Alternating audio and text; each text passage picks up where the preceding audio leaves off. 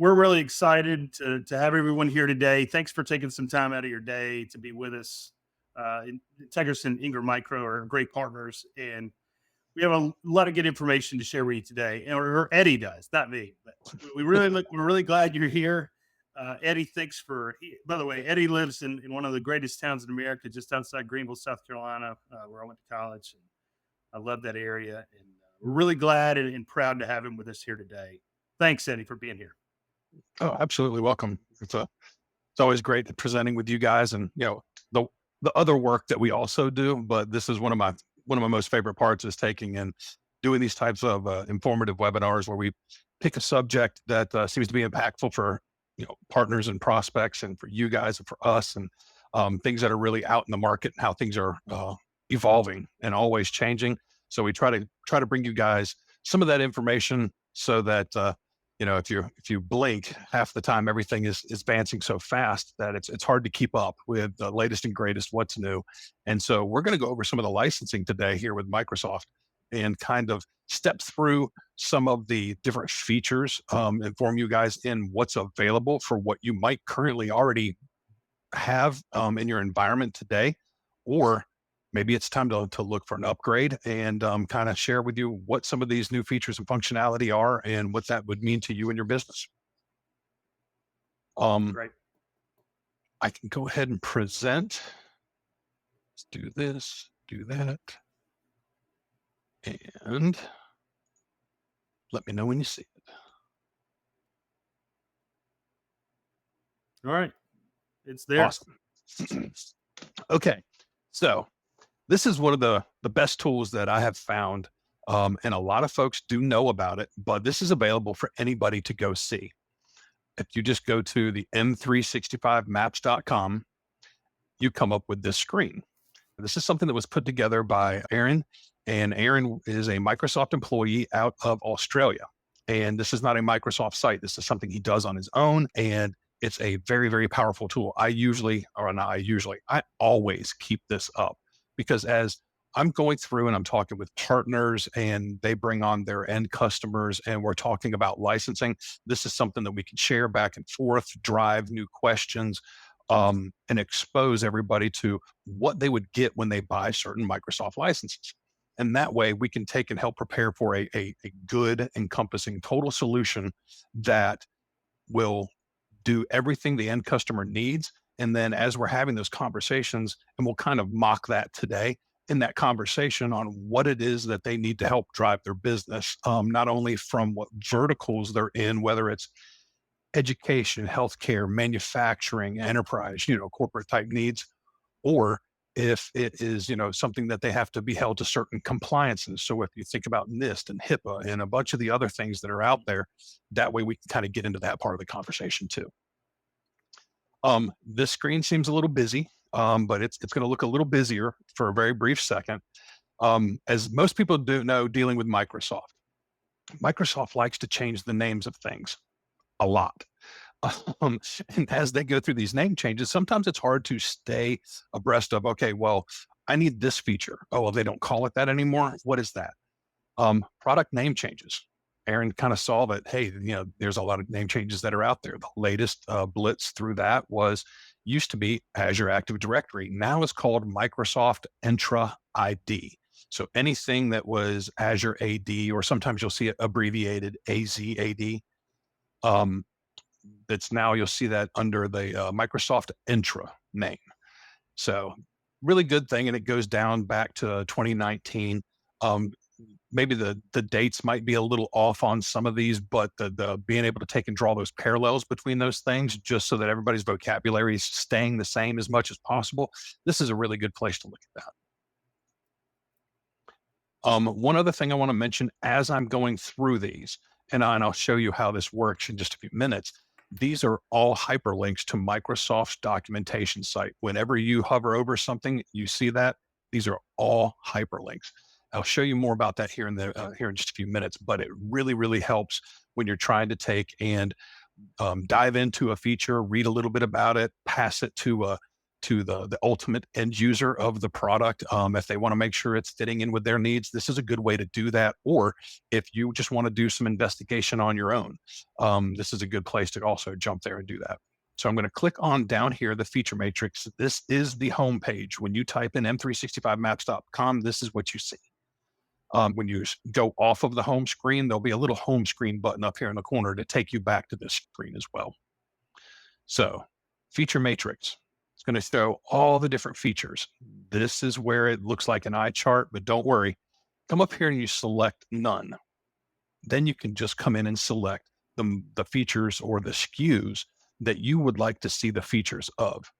So we'll mainly be talking about business premium. We'll click on E3, E5, and then I'm going to throw in the O365, the original O365 E3. These are all M series, right? So this is the Microsoft 365 and O365. Most people ask the question that are, they're just looking for licenses for their own use, right? The end client is looking for that functionality, and they start seeing all these different things, and they're really to the point of going, all the verbiage is confusing to me. I just need X, right? I just need these things. And that's where this tool comes in, very helpful. And also when you're talking with the guys from Integris, they pull me into opportunities all the time, and we take and help right size those licenses. But we're going to cruise down through here, and I'm going to share a little bit about licensing. I won't dive too deep. I'm going to really try to take and review what some of those features and benefits are that are included in these SKUs so that you can understand the difference and what the benefits are to you. We won't really necessarily get into how it does what it does, but if we do, it'll be at a high level. And so it keeps the labels up here up top so you can see what's what. And so some of the first things that people ask that are on the O365 E3, which was the original hero SKU before Microsoft got into security. And that was probably 6 years ago, when Microsoft started jumping heavier into the security side of the house. Microsoft has been pushing here lately and doing a really good job of it, of starting to be known as a security first company that you can also get your Office 365 suite from. And so let's compare the O365 with the M365 E3s. And that's just the E means enterprise. Business premium, you see the business in the title, you see the enterprise in the title. This is what they consider business class, and then this is what they consider their enterprise class. So you see these are all very similar. Audio conferencing currently is a free add-on. And so as you cruise down through here, you see these are very they're very, very similar. The E5, right? This is the fully loaded Cadillac version. It has just about every feature you can think of on this. And so this is where you see some of the key differentiators between the SKUs. As we move down the list here, you see here, has plan 2 for Exchange Online. And this is plan 1 for business. It's got a 50 gig mailbox. Everybody else gets a 100 gig mailbox. So you start to see some of the differentiation. One thing I do want to mention is that from the enterprise side, the enterprise E3s and E5s, whether it's the O365 or M365, they have unlimited seats. So you could go up to, 1,500, 3,000, 10,000, 25,000 seats if you want to. With business class, you can only go to 300. So there are 3 different business class licenses. There's basic, standard, and business premium. And so you could have 300 of each of those in your tenant. So you could have up to 900 business class, but only 300 is the limit for one individual business SKU. Something to keep in mind when you're looking at this. And one of the exercises that we've gone through with Integris, working with their customers and their clients, is that as we go through, we can tailor fit that piece of it so that maybe you need, it would do okay for you to do 200 business premium and then maybe add in, 25, 30 E3s or E5s, and you could go above that 300 total seat count, but you could use business premium for the bulk of the workers at your company, and then management and above, and then executives maybe get, different needs that they have. So they would get some of the features that would come with the E3 and the E5. And so as we continue to cruise down through here, this is where we're going to really start to see some separation from the old O365 licenses, which is still out there and available today. But the business premium and then the other M365 E3 and E5, this is where Microsoft is making their investments. They're spending 5 billion with a B, $5 billion a year on security. And so in that, this is where we'll start to see some of that separation. Here's something that we were talking about yesterday was this Defender for Office 365 Plan 1. This is the piece that comes that enables the safe link, safe attach, and advanced anti-phishing. And of course, it's got real-time reports and things like that, but this is key. So with a lot of these, you get MFA through the Business Premium E3 and E5. You get that MFA, that sign-on up front that blocks 99.9% of all intruders. It protects your identity. And so doing that, that's great. But what are you going to do about protecting your email, right? You got the front door locked. I tell a lot of people that I like to use analogies. And one of the analogies I used is MFA, it should be standard for everybody. It's a great feature, right? And make sure that it knows who you are, what system you're using, and all that stuff, so that when you go to sign on, you are who you say you are. It's not somebody impersonating you. The next part is I like to use that analogy of think of we've all heard stories of an old junkyard, right? You got a big fence, a bunch of cars. Well, what do they always use to protect the junkyards? You got junkyard dogs. MFA blocks the front door. This feature here, these are your junkyard dogs, because anybody in the world can send you an email. So Microsoft has this Defender for Office 365 is that way. Microsoft is checking your attachments, the different links that someone might send you for malicious intent. And so as they're scanning those things, those items, they're not reading emails and all that stuff. They're not looking at the content. They're just seeing what is being sent to you. And so they'll check it and make sure that it's safe for you. If it's not safe and they go through I won't get into how they check everything, but they won't go through all those different ways and find something that's malicious. They're not going to send it to you. It will be removed. It will block that from you.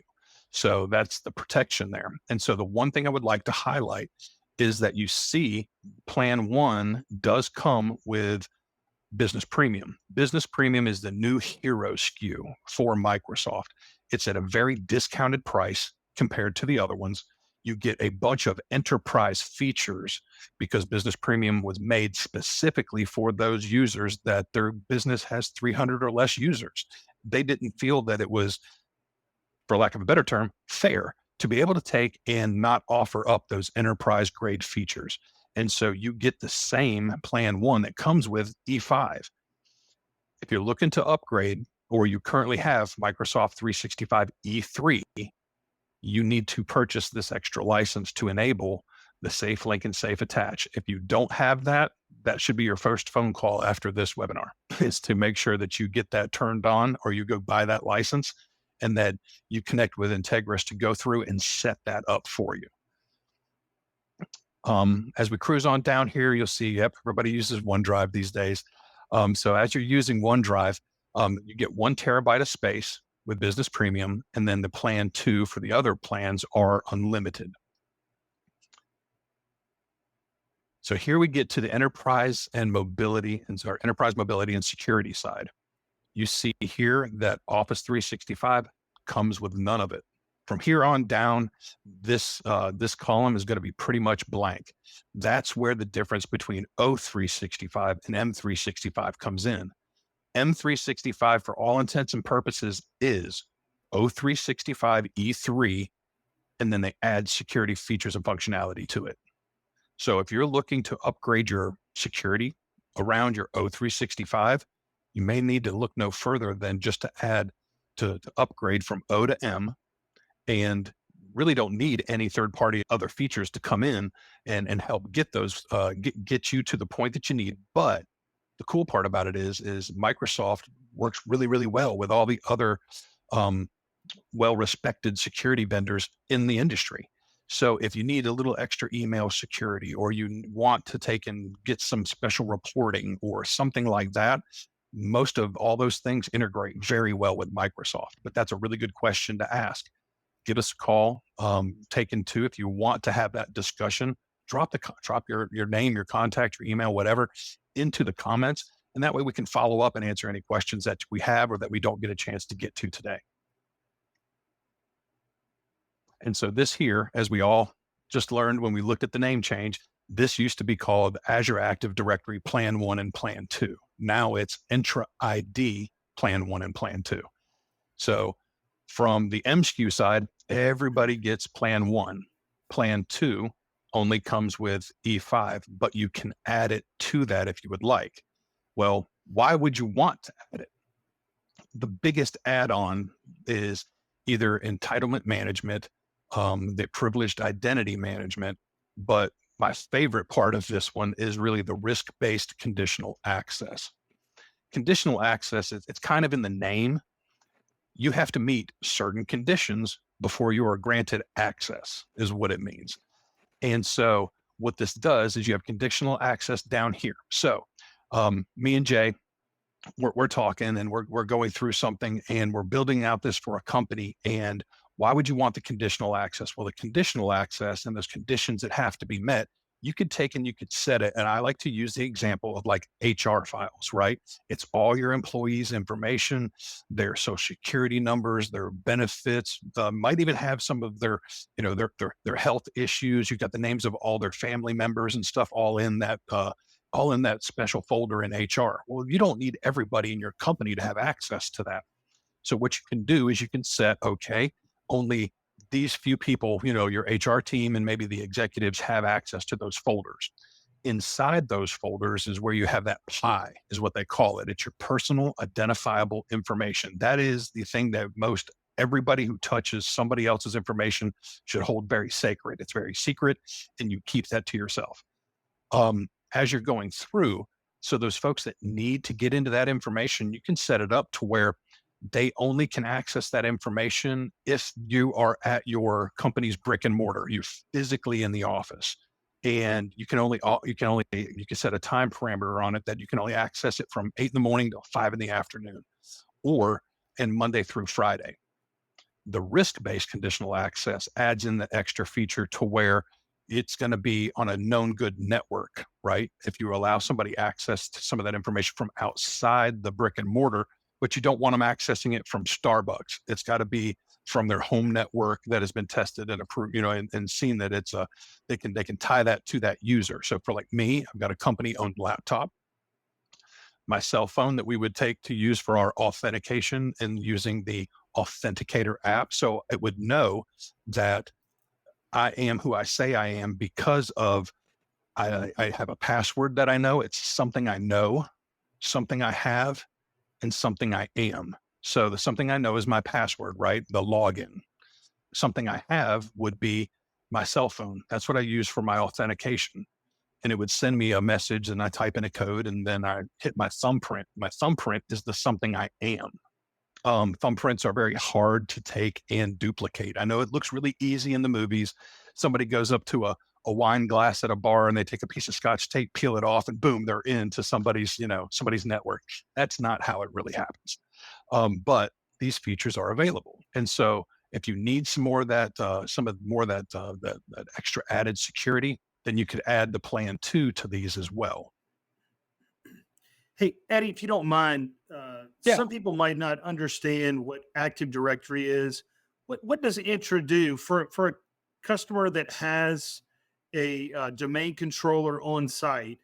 What does that replace? What would that do for a customer, and how might that change their billing?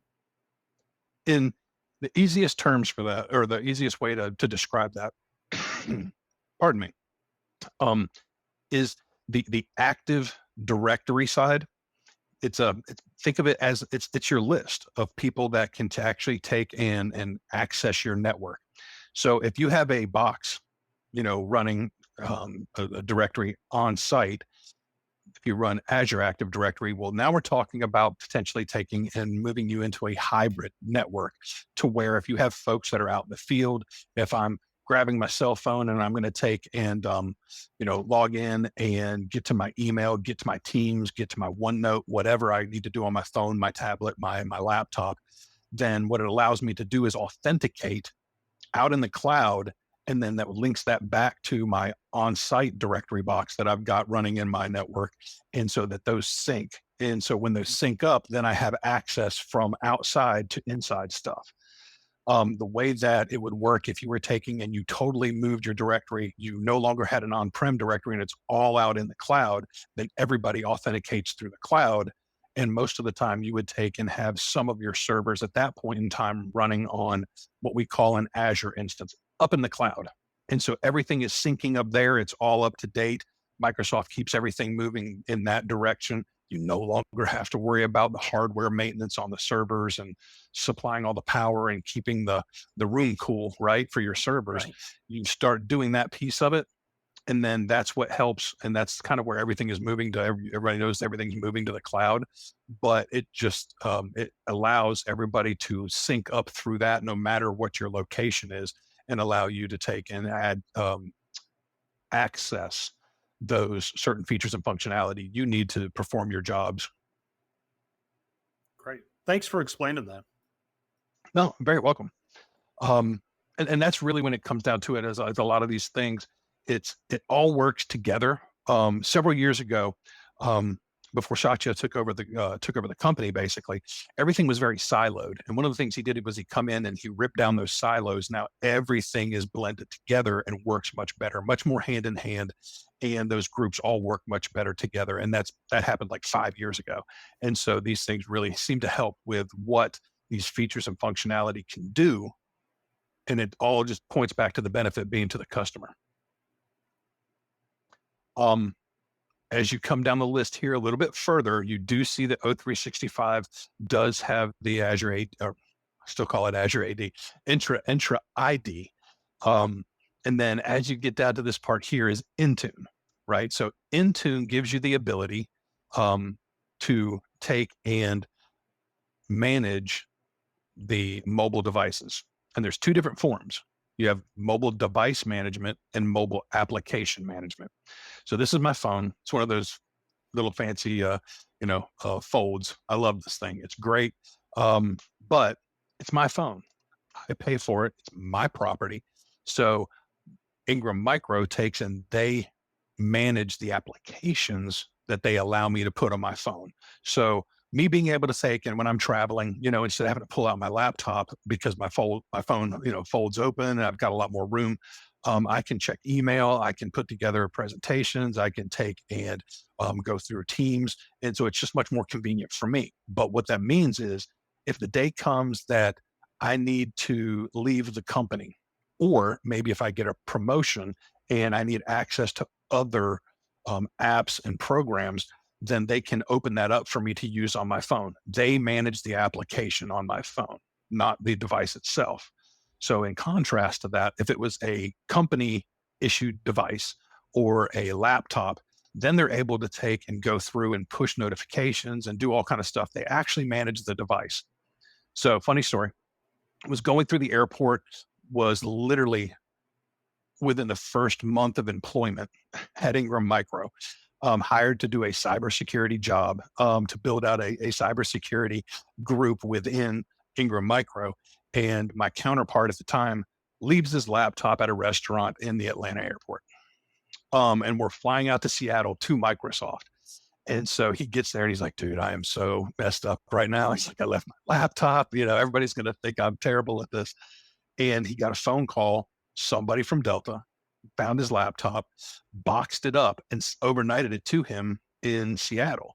And so he had already called IT, and they basically locked the system down. They didn't delete it or anything like that because you can't reset it to factory defaults. You can basically turn it into a boat anchor, so nobody could use it or get that information that's on there. And so they were able to do a less aggressive version of that, put in a highly encrypted password that would not allow, or nobody would ever guess what this password was, even if you had the program to do such a thing. He gets his laptop back, he's able to sign in, and everything is good. But we still give him a hard time today, being the guy that left his laptop at the Atlanta airport. And so that really helps with being able to take and do those things. Beyond that, you have a bunch of different Windows benefits that are in here, and we're going to talk just briefly about the Defender for Endpoint Plan 1 and plan 2, what SKUs come with it, and what does it do for you? Again, Business Premium is it's its own special SKU. Think of them like Lego blocks. Your E3 and your E5, with all the Plan 1 and Plan 2 features that those have, they're like, okay, we're going to take Microsoft says, okay, we're going to put Plan 1 here, but for E5, then we're going to add Plan 2 to it, right? We're just stacking on features like Legos. The difference is with the Business Premium is it's not a Lego block. This was something that I know that the team at Microsoft that physically worked on this, they're the ones that go through and go, hey, we want to add this feature. And so they built the Business Premium specifically, giving it the features and functionality that they feel most business, SMB businesses or even SMC, so small to medium business or small to medium corporate, could take and use that functionality. And so you wouldn't have to go to an E3 or an E5 because you just don't need those many seats. And so it's very special. Even there's a free Windows upgrade that comes with most of these.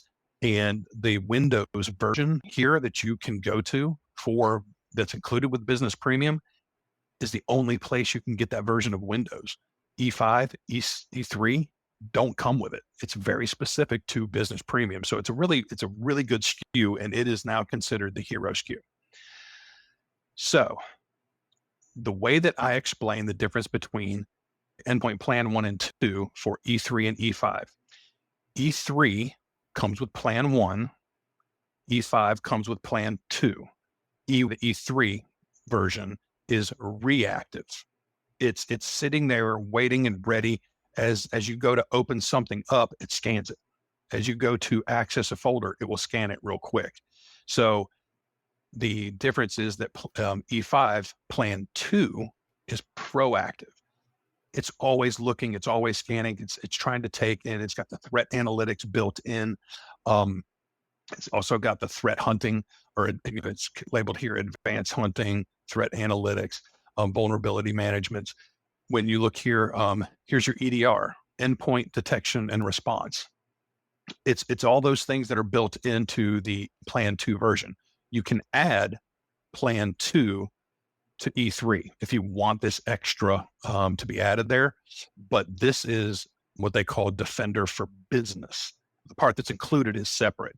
You can't add the E3 or E5 to the Business Premium because it doesn't work off the same base. Does that make sense? Does anybody got any questions on that? This is the big important piece here from the Microsoft side. This is where they have spent a lot of money to developing all these different pieces and putting it all together. All right, we do have a quick question. Did you see that? Yep, is EDR included? Yep. So here's your EDR, Advanced Detection and Response. It's included with Business Premium, and do note that the Business Premium EDR is the same one that comes with E5. Great. And one thing I will mention, because Jay and I were talking about this earlier, on the EDR side, there's a lot of 3-letter acronyms with Microsoft, right? So the EDR basically, it takes and blocks some of those malicious artifacts that are out there. The one cool part about this is some people buy the Microsoft SKUs because of everything it comes with, but they want to use CrowdStrike for their AV, for their to protect their endpoints. That piece of it, the EDR side will still run and basically be a blocker for some of that malicious content to work side by side with a different AV that you might be running in your environment. So Microsoft will basically turn off some of its own features because it sees that you bring in somebody like CrowdStrike. And if you do that, if you have two running at the same time, it'll throw false positives, false negatives, because one will detect that the other's trying to scan something and it doesn't understand what it's trying to do. So it will start going, hey, there's an issue, when there's really not. But Microsoft will basically take and turn down that feature because you've added in the other. It's smart enough to go, hey, they must really want to use this, so we'll turn this one down. It's still available. But the EDR will run side by side with those other pieces as additional blocking and tackling of malicious content that may be trying to sneak its way through. So I hope that explains EDR a little bit too. Um, Thanks for doing that. That's helpful. yeah. One of the other questions that I get is, hey, what's the difference between EDR and XDR? Mhm. Remember, EDR is about endpoint. XDR means extended detection and response. So the extended piece of it means think of it taking like a step back and having a wider view over everything. And in that wider view, it can then, detect, hey, we're starting to see some anomalies in this group, or that is using some other piece of software or something like that. And so it takes a more holistic look, a step back over all the different features, and then it will come to you, to the IT team, to the Integris team that's helping you monitor what's going on, and be able to take and see, hey, we've got this scenario going on, and it's affecting the part of this group over here. So that's just the difference between being hyper focused in on the exact endpoint and that one kind of step back, looking at the entire environment that's governing the all your different endpoints all together. So I hope that kind of helps explain that to a certain extent. That's great. That's confusing for a lot of people. So I appreciate you doing that. Oh, Confusing not for a me problem. sometimes. I was going to say it's confusing for me as well sometimes. It is. Um, and as we come down through here, we're going to get into this last little spot here. This is kind of hard to see, but I'm gonna scroll the whole way down here, and this is the legend. Like for any map, you have a legend, and so the little plus signs basically means it's an add-on to the license that's in this column. These are different features and stuff that can be added. The little triangles means that it's a feature that can be added to any license. So if you currently have M365 or an O365 and you want to know, hey, can I use Defender Experts for XDR or the hunting side of it? Well, these are features that don't come with E5, but you can add it. You see, there's no option to add these to any of the other SKUs. Like Teams Premium, it can be added to any of these. So this is a really good way to look down here and go, hey, what are my available options? How far can I take this license? So there are other things to think about when you're looking at upgrading, more so than just the number of seats, right? Business Premium, any business class license can only go up to 300. And then the others, the E3s, the E5s, whether it's O or M, you can have as many of those seats as you want. But as you come down through here and look, then you can go, hey, we really want to add, this feature. Here's that risk-based conditional access. Well, you can't add just it. This is included in a package. And as you can tell, these are included in all these packages. But I guess that wasn't a really good one to use an example for. But that way you can take and you can really look at it and see what is available for you to grow into with Microsoft. Call up your friends at Integris and be able to kind of step through that and say, hey, this is how we can take our current licensing to the next level. Or maybe it's time to look at that upgrade and start to pull back in, simplifying your licensing by putting it all under the Microsoft umbrella and get the features and functionality that you need. And don't try to fully digest and understand this to its fullest. That's why you have us. And it's great that we can point you to some of this for you to look at and do some research on. It's just like if you want to look at, let me get up out of this part here. And let's just say you have questions about the advanced hunting. You click on advanced hunting and it goes right to the Microsoft website. This is their actual documentation. You can read all about it. There's all different, it will link you to other articles. There are videos on here. It also works great if you suffer from insomnia. Just pull this up on your laptop. You will be asleep in 10 minutes flat. I guarantee it. And I actually do that quite a bit because there'll be days I wake up because, I'm working with Jay and Carl on something and my head pops off the pillow and I'm like, wow, I think I just figured this piece out. We could take it. We could do this or that, try to that out of the box thinking. And then I jump on and I look at some of this stuff. It's 2 a.m. and about 20 minutes into it. Then I'm like, okay, I can go back to sleep now. But it's just a great resource to be able to use to get that understanding of the licensing. It's a resource for going, hey, I want to know more about this. The other way that I had a partner come to me the other day and we were talking about it was that he suggests for his end customers, if they're using something different, if they're using a third party tool that they're paying for, think of it kind of like an MFA, right? There are several companies out there that are good companies that have an MFA offering, but it's really comparable to what comes with Microsoft, especially if you're on the M SKUs. So why would you pay that extra for something that you already have? And so if you're coming up for those anniversary dates where you need to renew some of those third party licensing, maybe that's a time to call up and have that conversation and see if the licensing that you have with Microsoft includes that so that you're not double paying for stuff. Or maybe you could take and you could look at that in that same kind of flavor of, hey, let's kind of consolidate, let's see what we have available to us through our one Microsoft SKU. Then you could take and you could maybe use some of those other things for more of an advanced backup and disaster recovery solution. Microsoft did recently say, hey, we're going to be doing a BDR. They haven't in the past, so that's always been an add-on that we've strongly suggested. Once they come out with more information on that, then we might be able to take and compare the two and see what works best for you. But use our expertise on that side of things, and we can help drive you to a solution that's hopefully going to be more cost effective, but definitely feature rich and help you accomplish the tasks that you need to help keep your companies moving forward. Eddie, thanks. I got a question, and this is one that sort of came up. Oh, sorry, Ben has a question. Ben just asked, where can I find the chart you're using? It's a little further up the chat, Ben, if you want to look up, but we're going to send it to you as well. Yep. I was going to ask, thank you, Jason. Jason set this out earlier. One of the things that some of the people who are, some of our customers and partners who are on here today, Eddie, some of them might have had this happen. They purchased Microsoft licensing years ago. They continue to pay Mhm. for it every month or possibly every year if they pay for it yearly. What are the things what is the most common thing, or maybe a couple of the most common things that you come across when you're reviewing someone's licensing and they've had licensing for a long time? What's one of the one or two things that you see most commonly and you're able to help them with through your review? Um, I think that one of the most common things is that they are overbuying.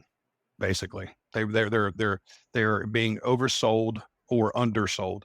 Those seem to be the most common two. And what I mean by being oversold is that you're running a license that's got a lot more features in it than you're ever going to use. And that's where we talk about doing that piece to right size your licenses. Make sure that you have the licenses needed for the different types of employees you have for the jobs they need to perform. Mm, If you have somebody working in manufacturing or trucking or something like that, to where they're not power users, they're consumers. They read emails that are sent to them by their peers and their superiors. They don't take and generate PowerPoint presentations. They might be included to view a team's presentation, but they're not going to generate one and present, like kind of like we're doing today. That's not sure. their role. So they get a much less license, right? And they might go with a frontline worker SKU. It's got less features, but they don't need them. But it still has security to make sure that that corporate data is always safe.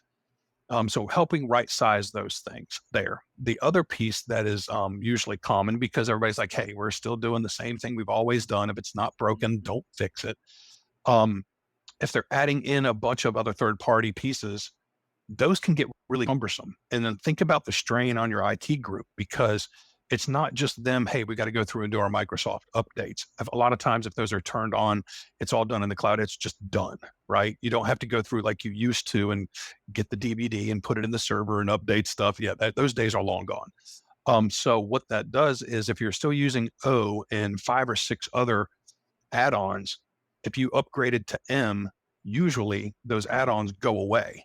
And so we have seen the market would be it's the addition of those additional licenses that you would have, they can add 30, 40, $50 per seat per month for a SKU, or to on top of your Microsoft SKU, where if you just move to M365 E3 or the E5 side, or maybe even the business premium, those other things go away and then that pricing drops.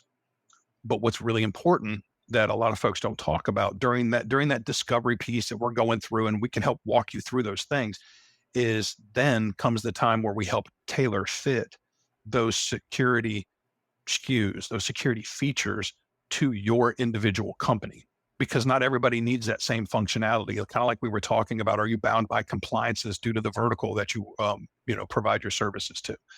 So you come in and we make sure that all those things are set up the way that they need to be.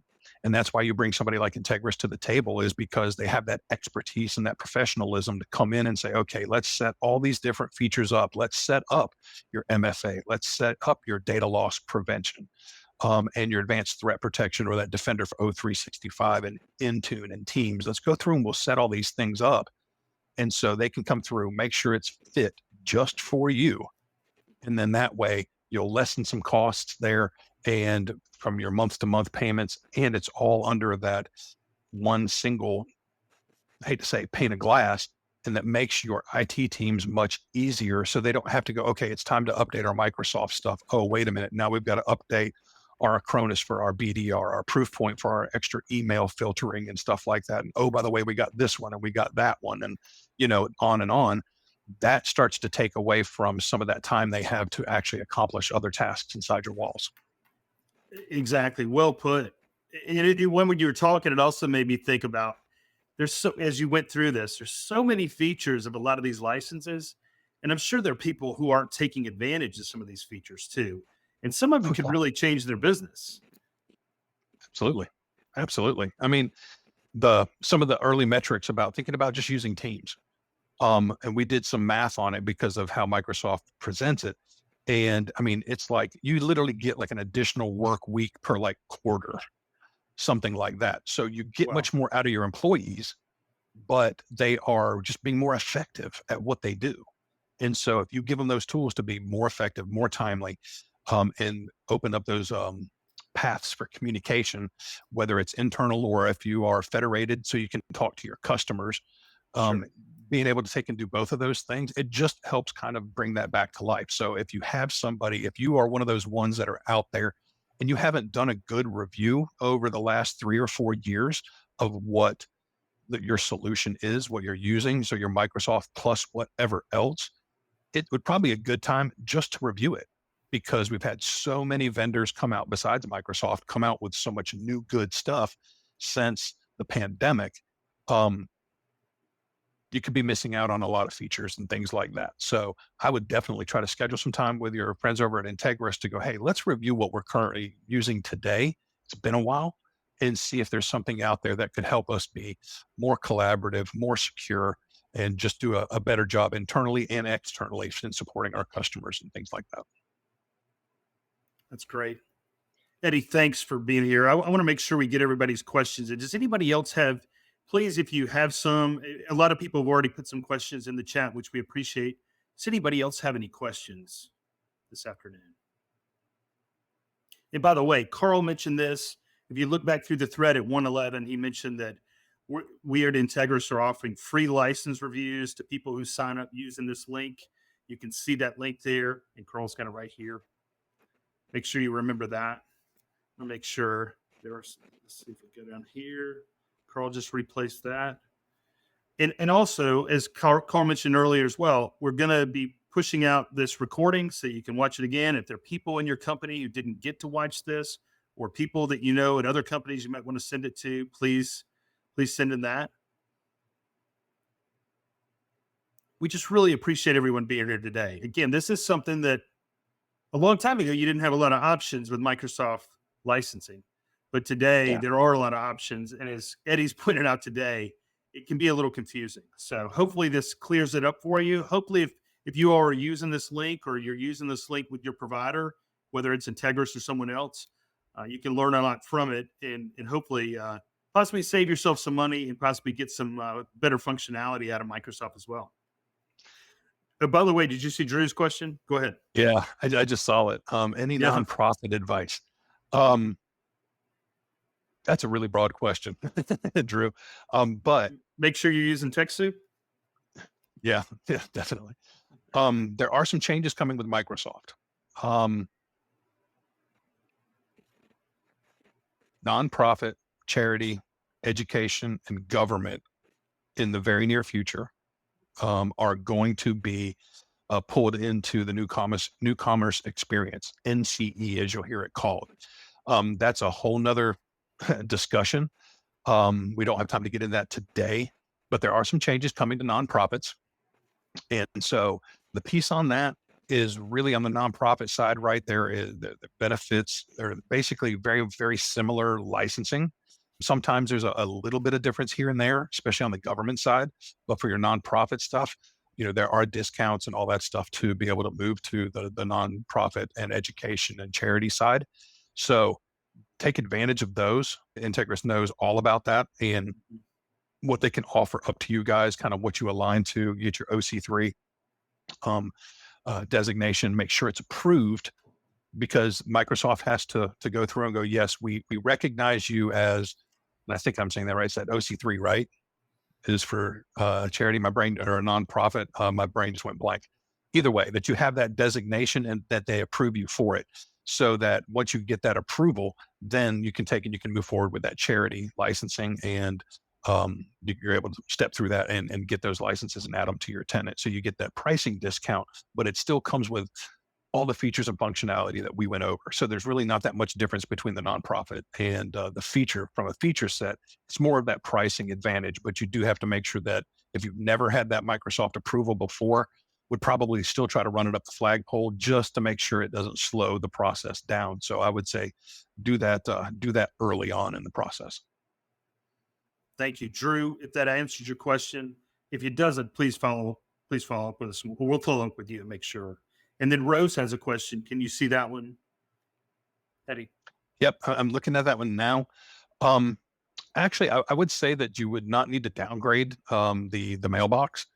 What you can do is you can take and actually, once you remove their access, then there is this piece that you can take, and it's a legal hold or litigation hold. You can actually take and you can make their mailbox a shared mailbox, so that if you have a sales rep that leaves, and then you have two other sales reps start taking care of whatever comes into his mailbox, so that none of your customers or your clients get overlooked. And so you could take and you could do that, and then you could retain those emails and all that information from that person who left the company for, I think litigation hold is 7 years. So you could take and you could still have access to that. You don't want to just go in and delete the box, but there is a process to do that we could share with you if you ever need that, or if that ever comes up. Great. Rose, that should have answered your question. Again, we can follow up with you if you need any future information. And again, well, it's great because Eddie and his team are always available to us as well.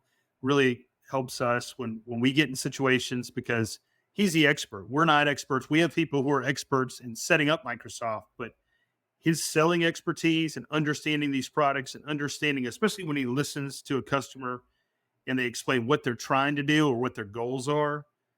Someone with his expertise is really, it's a great that we have a partnership with Ingram Micro, really helps us. Yeah. No, and always here to help. And I see Kelly's question really quick, asking what is NCE. Sure. High level used to be, you had what we called CSP licenses, right? Cloud service providers. And what that was is, so you could take and you could change at any point in time. You have an E3 license or whatever, and you wanted to downgrade to business premium, you could do that. And they would retroactively, back pay you for a portion of a license. You could cancel those licenses at any time, things like that. Pre-pandemic, you had the choices for CSP. If you still have CSP licensing today, that's going away, or you should have already gone away. So that your next anniversary date for renewal, you're probably not going to be able to renew into CSP like you've had in the past. You're going to have to move to NCE. NCE is basically enforcing the fine print that was always associated with the CSP licensing model. Again, that's where you could cancel at any time. You could upgrade, downgrade, do whatever you wanted to do with your licensing on a whim. during the pandemic, everybody was changing their licenses. They were going crazy. And so it's my theory, again, this is just Eddie logic, not Microsoft, that basically the licensing desk at Microsoft, could you imagine? They got so overwhelmed. So don't think just in your geography, think of this worldwide. All those ad moves and changes coming into Microsoft, somebody finally tapped the mat and said, I'm out. I can't do this anymore, Mhm. And so Microsoft came out with the new commerce experience. They wanted to add some stability to the licensing. So now you have three choices on how to buy licenses. You can do a true month to month, which means you renew every single month. And at your anniversary date, you can add or decrease your license count, or you can upgrade or downgrade your license SKU. Then you have the annual contract paid monthly. Well, what that means is once you lock into that annual contract for 100 business premium licenses, you can't downgrade those until your anniversary date a year from now. And so you can upgrade at any time. Remember, Microsoft's always happy to take your money. So they'll upgrade you, but you can't downgrade. And then you have your upfront annual where you pay it one lump sum. Same thing. You can upgrade at any time, but you can't downgrade your licenses. So that being said, you're committed to that contract. And so we can help you blend some of those. So like I've got a partner of mine that specializes in the hospitality. And so they help run the networks for a bunch of high-end resorts. And so during the summertime for the beach resorts and stuff, folks come in and they need to have their summer workers have the licensing to do what they need to do. And so what they do is they'll put them on, because that summer season's 3 months, maybe 4 if you're in a tropical climate. They will give them the temporary month to month. And so as they go that month to month, when that summer help leaves, they just don't renew that month to month. The month to month comes at a little bit of a premium price. It literally just a couple of percent more, but it allows them to add those licenses. And then on the anniversary date, just drop it off. And then your core group that runs that resort through the rest of the seasons still stays the same. So I hope that makes some sense. I will add one more thing, just because we brought up NCE, is that if you're looking at your O365 E3 licensing and you're like, you know what, business premium seems to be a really good fit for us, and you're on NCE currently today, or if you're unsure, call Integris and have that conversation. They'll help you figure that out. It's really easy. But since business premium is a business SKU, and even though you have O365 and business premium's got a lot more features, functionality, and security built into it, Microsoft sees that as a downgrade because you're going from an enterprise license down to a business license. So when you come to your anniversary date, you could definitely make that change. You could go to E3, you could go to from a O365 to an M365 E3 or E5, but you can't drop from an enterprise to a business. So I just wanted to throw that one little caveat out there, because I was very guilty of this in the past, because it was my job, was to try to convert people from O365 to business premium. Then they came out with the NCE rule. So those things I've been talking about for a year and a half, I could no longer do. And it's just like, oh, okay, great, thanks. But Change your talk track. yeah, definitely change that up. But that is one of those pieces there. So hope that helps. Carl's checking if we have any additional questions. I want Carl to be able to make it. I know he wants to make a couple of comments here at this time as well. Yeah, so just so everybody remembers, we'll be emailing you a copy of this video, a copy of the link to this page that Eddie showed you, a link to the licensing review request, and we're also going to be including a survey regarding the webinar. I see that Henry has just asked a question. You know, we think that this is pretty popular. I wouldn't mind doing them, you know, once a quarter. If we can get the audience, we could dive a little bit deeper. But that's something that we've been thinking about, Henry. So I think that's it. I really appreciate everybody being here. I appreciate everything that you, Eddie, did, and you, Jay, and thanks a lot. So I would ask one question before we leave, right to Henry's point. What else would you Yeah, guys that's like a to great see us one. present on? What would you like to see us talk about? That is a Taking good one. Yeah. And because there's a lot of stuff coming. Of course, we're all hearing about AI, right? There's a bunch of different things like that that are out there. And to that point, there's a bunch of stuff that we don't have access to yet. Microsoft hasn't given us a lot of that info. They're doing a lot of marketing for it, but there's not a lot of super great detail just yet. So you can go out there and find some videos and things on that. But trust me, as soon as I get informed on that and I'm brought fully up to speed, what I consider up to speed on those things, then that could be something that you'll probably hear from us in the future on, just to kind of give a, hey, here's an overview of what's to come and what to expect. That's great. Copilot is a good one too. I saw a little bit of Copilot last week in Nashville. Yeah. That was incredible. Yeah.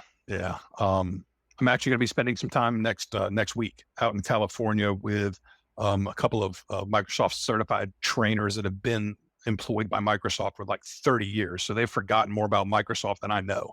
And so I'm going to spend a couple of days with those folks doing a boot camp, and hopefully we'll come back with some really good information, some new stuff, and we can be able to share some of that with you guys in the near future. That's great. Thank you again. Go ahead. Absolutely. I know you want. Go ahead, Carl. I know you want to say something. I think we're all set. So look forward to that email. Should be up later this afternoon. Thanks everyone for being with us. We really appreciate it. Thank you too, Eddie. Oh, very welcome. Anytime.